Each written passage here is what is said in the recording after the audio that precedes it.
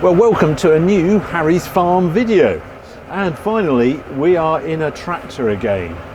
It feels like months since I last drove a tractor. I was trying to work it out. Today's 7th of April and we've got this crazy coronavirus thing happening, but farming basically doesn't stop. The crops carry on growing and they need managing, and this is a pretty good way of self-isolation, is sitting in a tractor cab. And this, what I'm up to is rolling the wheat that we managed to drill first week of March. So this is just coming up, and this is as I explained when we were doing the drilling, this is a crop that should have gone in October, but farming has been really suffering because it's been so flipping wet this growing season. And therefore lots of people couldn't drill their winter wheat, bread making wheats, including us.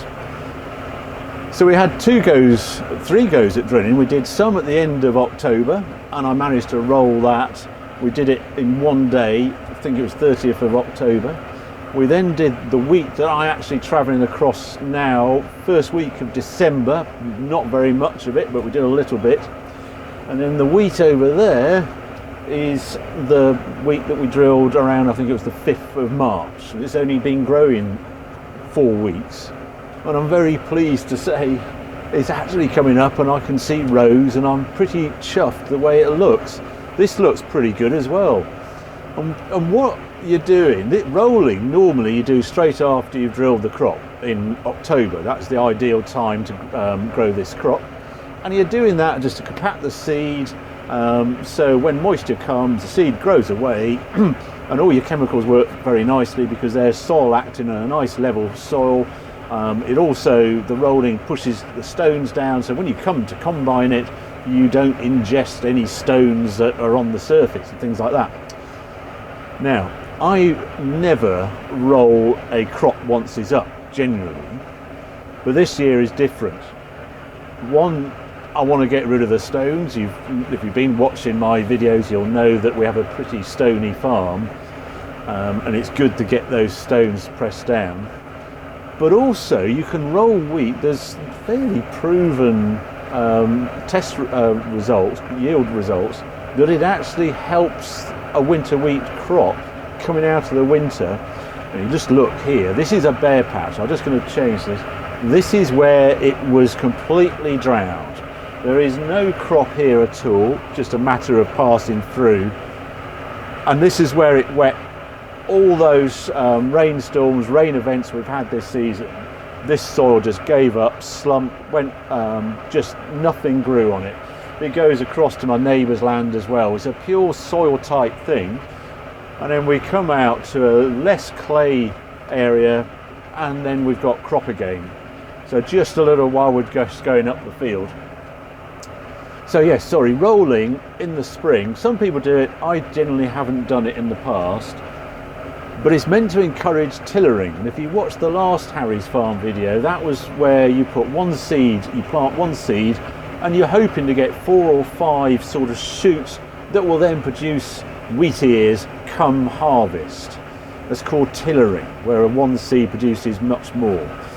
And there's a 7-ton set of rolls behind me. They're 12 metre wide, and it gives the wheat a bit of a headache as you pass over, but it does trigger in it to put more tillers out.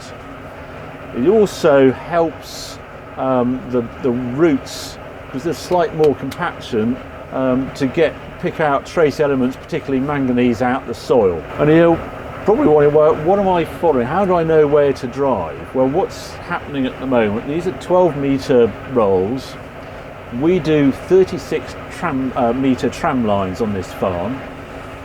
So in theory, I went up a tram line last time, I've turned, this tractor has about a 12 metre turning circle. So if I do 2 sort of lands, as it were, in between and turn sharply and go down the thing, the third one should be going up a tram line. So I want to minimise the damage to the crop.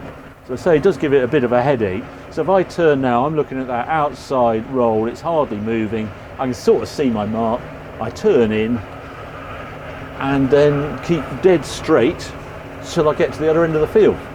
But it's just worth, I suppose, while we're on the tractor and it's been so long, I'll just take you through the controls. I am controlling it on this hand throttle here. So everything on a modern tractor just works off the one control, right hand. I sit my arm on here. I can go faster, I can do gear changes on there just with these buttons. I could, if I wanted, press these triangles. I'll press the bottom one and this happens. I go backwards. I can press it again because I really want to go forwards, and off we go.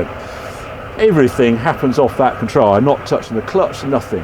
What else can I show you? On this screen, I just want to get it up. I'm rolling at about 7.4 kilometers an hour.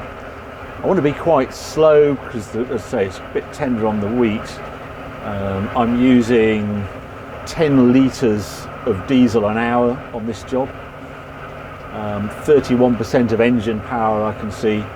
So it's just nice, you know, geekiness. If you're a bloke and you like readouts, it's all there for the readout.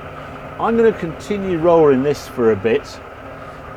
And once I've done this field, we'll go out and we'll have a look at what else is happening on the farm, because there's been lots going on with this dry weather. Before we go over to other bits on the farm, it's probably worth just having a look what's going on here. I've been holding off doing this because we've actually had some frost. We've got this beautiful weather. March was, I saw some figures, it had 10% of the rainfall of February. That's how mad February rainfall was. And then since about 20th of March, we just haven't had any rain. We had 1.5 mil yesterday, Tuesday. But we've had frosts, which is sort of good because it's vernalisation. But I've just noticed on some of these plants, they're a bit purple, they're a bit stressed from the weather. So I've been waiting for it to warm up before we actually rolled it, because I say it does give it a bit of a headache. But I'm relatively pleased. You know, there's rows here and the rolls really add something. And if I look at this wheat, let's say this was drilled 5th December. This hasn't had anything. This has had some fertilizer on it, and then that's it. We haven't actually put a herbicide on. Normally you do a pre-emergent, but I can just see here that there's some weeds coming. That looks like a cleaver to me. So we'll be going in here with something with a contact weed killer instead of doing a pre-emergent where it's on the sort of surface of the soil and the weeds come through it and zap. We'll be using a contact herbicide to take those out and add in some more nitrogen as we go on. But I have to say, this all looks pretty good really, and I can't get over how far this wheat that we drilled only 4 weeks ago, we're in rows and it's tillering. So I'm hopeful, I'm more hopeful this field. Right, let's go over to another farm. We'll have a look at some much better wheat and some linseed. Well, this is the block of wheat that we put in end of October, and this is what wheat is meant to look like. This is the only area I've got that looks normal really. Very clean, herbicide seems to have worked really well. This is sort of tillering out now. It's going to the next stage. Oh, if I pull a plant out, let's have a little look. Oh, there we are. Yeah, this is all tillered out. If I look at that plant, look at that one. Plenty of really strong tillers on there, 4 very strong tillers. Only thing I've got going on is these bottom leaves. There's a little bit of septoria disease just coming in. Hasn't had a fungicide on at all this week yet. But this is just getting to T0 stem extension. So the next thing this is going to do, but this is now extending up, like when your grass grows in your garden and you give it a month. We want this to grow up. So we're going to put another dose of fertiliser is due on this field to help that stem extension stage, and it will get a fungicide just to control some of this septoria. That's all there because it's been so wet. And it hasn't had the really cold, harsh winter to get rid of those diseases. So I would imagine we're going to see quite a lot of that in the wheat. But I'm really chuffed to have. This is all first wheat as well. This is where the linseed was last year. So this will be my top this coming season. I just want to show you next door, because that's where we got the linseed. Let's go next door now. Okay, well this is the linseed here, and you can see this is really starting to grow away. You can see as the wind comes through, just sort of waving. We're at, again, a stem extension stage here. It's all branched out, it all looks pretty good. The only thing I'm slightly concerned of, we put a herbicide on when we planted it, and we've just been out in with a herbicide now, and I can see like that, particularly that's been zapped, the herbicide. But this groundsel here, this speedwell, sorry, here, looks pretty healthy to me. I did see some groundsel somewhere, I've lost it now. Yeah, and that looks a bit too healthy as well. It's just crinkled up the leaf. That might die away, but generally is okay. Black grass there, we'll be getting that with another herbicide. That being a grass, it's a different herbicide you use from that being a broadleaf weed. So that's why you have to have two different sorts of herbicide. Only thing I've got going on in here is I've got rabbits coming out. There's a garden centre next door. Rabbits came out of there and it's really decimated the crop at the far end. They've really nibbled it off. And there's also a bit of bird damage. But genuinely, I'm pretty chuffed with this. And I've got some other linseed over on the home farm as well. And that looks just as good as this as well. Right, show you another little project I've been working on. Whoa. So during this sort of lockdown period, there's always other jobs to do on the farm, and this is a job I've always wanted to be doing for the last few years, never really found the time. This is a very strange area in a field, but I have a real problem with these. These are sloes, and the sloe tree has this annoying habit of putting sort of suckers out that go right on the ground, and you end up with this mess. And I've never quite worked out why this was sort of fenced off, this little area on the farm. It's a couple of acres. So while we've been in the lockdown, I've been busy clearing all this. It's brambles and everything. And actually, if you come further down, I've exposed a really quite nice stone wall. So after I started clearing, I sort of came across, I knew this stone wall was here, but I didn't realise it was in reasonable nick. I mean, this hasn't seen the light of day for years. But unfortunately, there's quite a lot needs repairing and things. So this is what I'm busy with while we're in this period of lockdown. I'm going to see if, I think there's a stewardship grant you can get to repair the stone walls. It doesn't cover anywhere near the cost, but I just think it'd be really nice to get this back up and get the pasture back in here. So all this brambles and things I'll carry on clearing, and then with a bit of luck we'll get it seeded and then be able to take the fence down, and then the cattle will be able to come right up to the wall. So yeah, that's what's sort of been going on Harry's farm.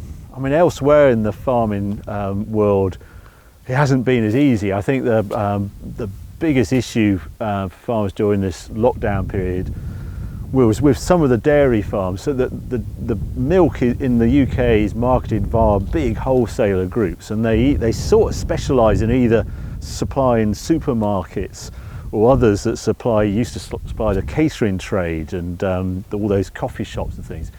And those guys have seen their market just go to zero. And the last few days, it's been really shocking to see how many dairy farmers on Twitter and Instagram showing they're actually having to dump the milk, literally just pull the plug on it and just let it go down the drains or into the fields. It's so sad. But there isn't a market for the milk, and yet the supermarkets are selling more milk than they know what to do with. But you get a spring flush just coming, so milk production is going up. I just hope for some of those poor dairy boys, you have to milk the cows whether there's a market there or not, and I hope the dumping of milk ends pretty quick.